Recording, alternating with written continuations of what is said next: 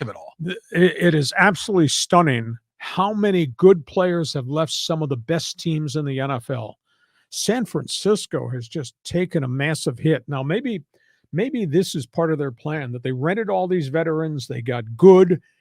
They can't keep them all. They're letting a whole bunch of them go because they're going to get draft pick compensation back for the guys that have left. But San Francisco has lost 7 players. Obviously, Jimmy Garoppolo is the one. They've lost 5 off their defense.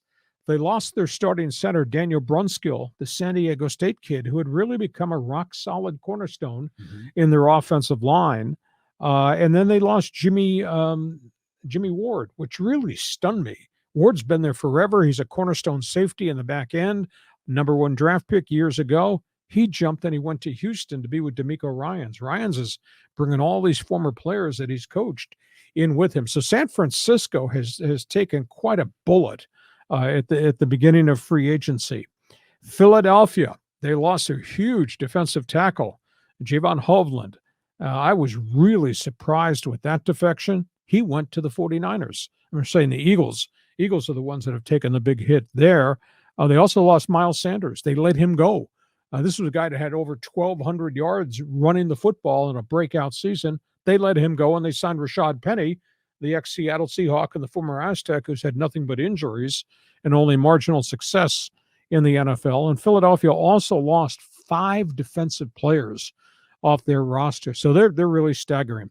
Tennessee has cleared the boards of high-money guys. I don't know if Derrick Henry stays there. He's still there right now. He's got a cap figure of $6 million. But the Titans have gotten rid of a ton of people in the offensive line.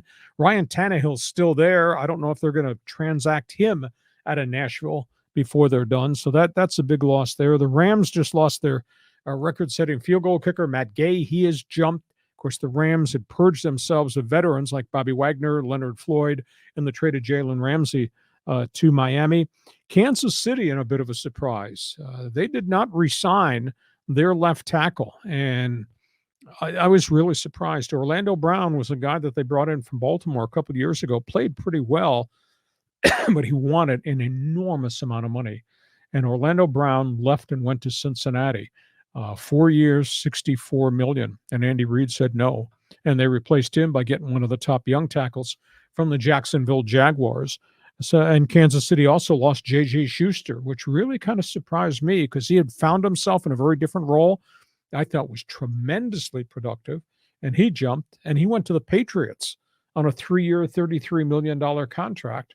And New England's offense is so skitterish. It kind of surprised Schuster did not want to stay in KC, but maybe the Chiefs only offered him a 1-year deal. They say, no, we're not paying you $11 million a year for the next 3 years.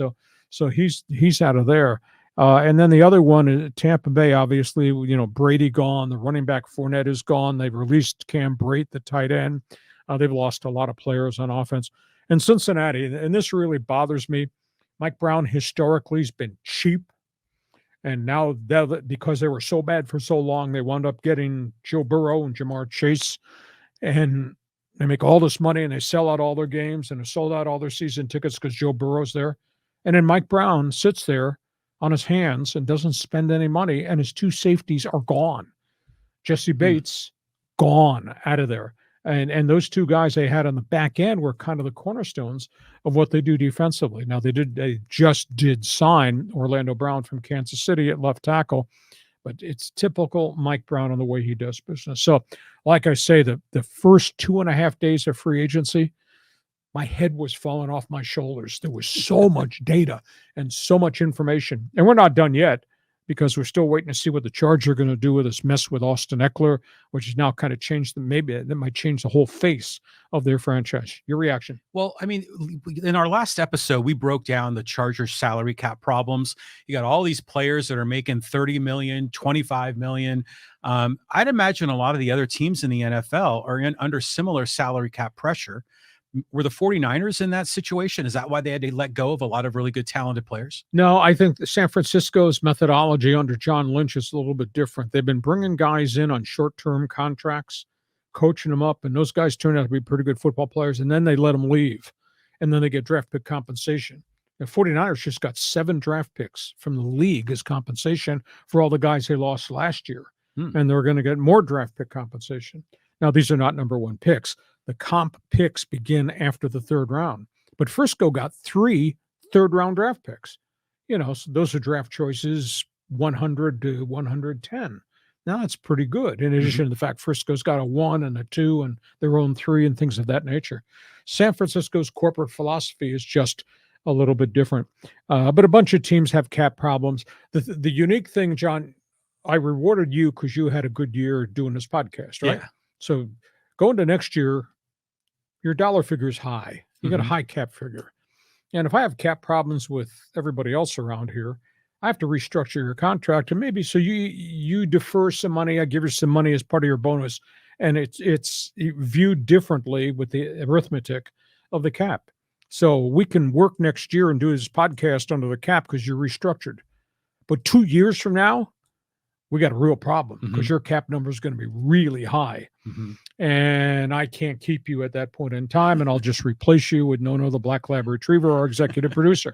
So that's the way the cap business works. The Chargers have a mess on their hands. They've restructured 4 major contracts. They're under the cap. I don't know what's going to happen with the Eckler situation. We're on the clock. But next year, because they restructured these deals for Keenan Allen and Mike Williams, they both have cap figures of $30 million. And then they restructured Khalil Mack and Joey Bosa. Mack's cap figure is going to be 36. Bosa's is going to be 32. Wow. So you add up, you do the arithmetic, the math, the calculus. You got 4 guys counting what? Over 125 million towards next year's cap in 2024. 4 guys. That's more than half. You can't keep them all. Right. There's just no way. But didn't the Chargers have like a cap guru guy that they've had him for years, haven't they? Even when they were back here in San Diego. Yep. So yeah, there's got to be a lot of careful financial planning, in terms of keeping your talent, finding out when new guys can come up. It's not easy. No, it's not easy, and you have to hit on the draft, and they have.